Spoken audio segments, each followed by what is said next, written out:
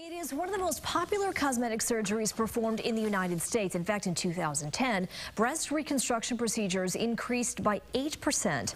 Joining us now to talk about the increase, Dr. Bengtson of the Bengtson Center for Aesthetics and Plastic Surgery. Thanks so much for coming in. Thanks, Michelle. And we should clarify that we are talking about reconstructive surgery, someone who's had a mastectomy or perhaps to fix a bad surgery from before. Right. Yeah.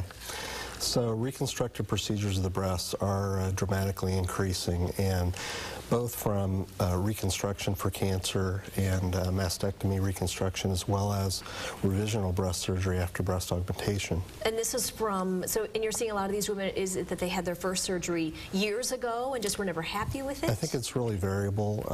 You know, a lot of times, you know, the first augmentation or reconstruction implants are not meant to last a lifetime, and procedures and techniques dramatically increase over time and improve over time. So I'd say the majority of patients are probably over about 5 years from their prior operation.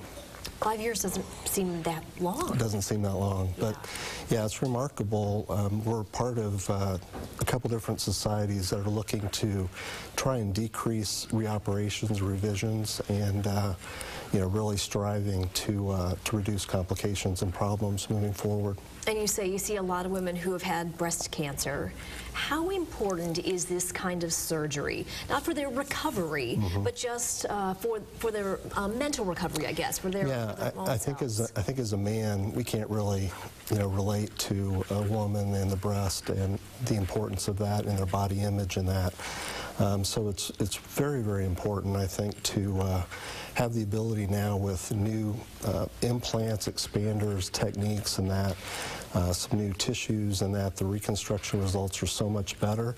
And we're doing a lot more nipple and skin sparing procedures, so a patient can nearly wake up from a mastectomy with almost the same, you know, breast volume and that they have when they went to sleep. So it's really important. And that's new, because didn't it used to be you'd have to wait several months? Right. A lot more of the procedures now are done immediately. So right at the time of the mastectomy, the patient will, you know, have the tumor removed, a portion of the critical portion of the breast removed, and the reconstruction done immediately.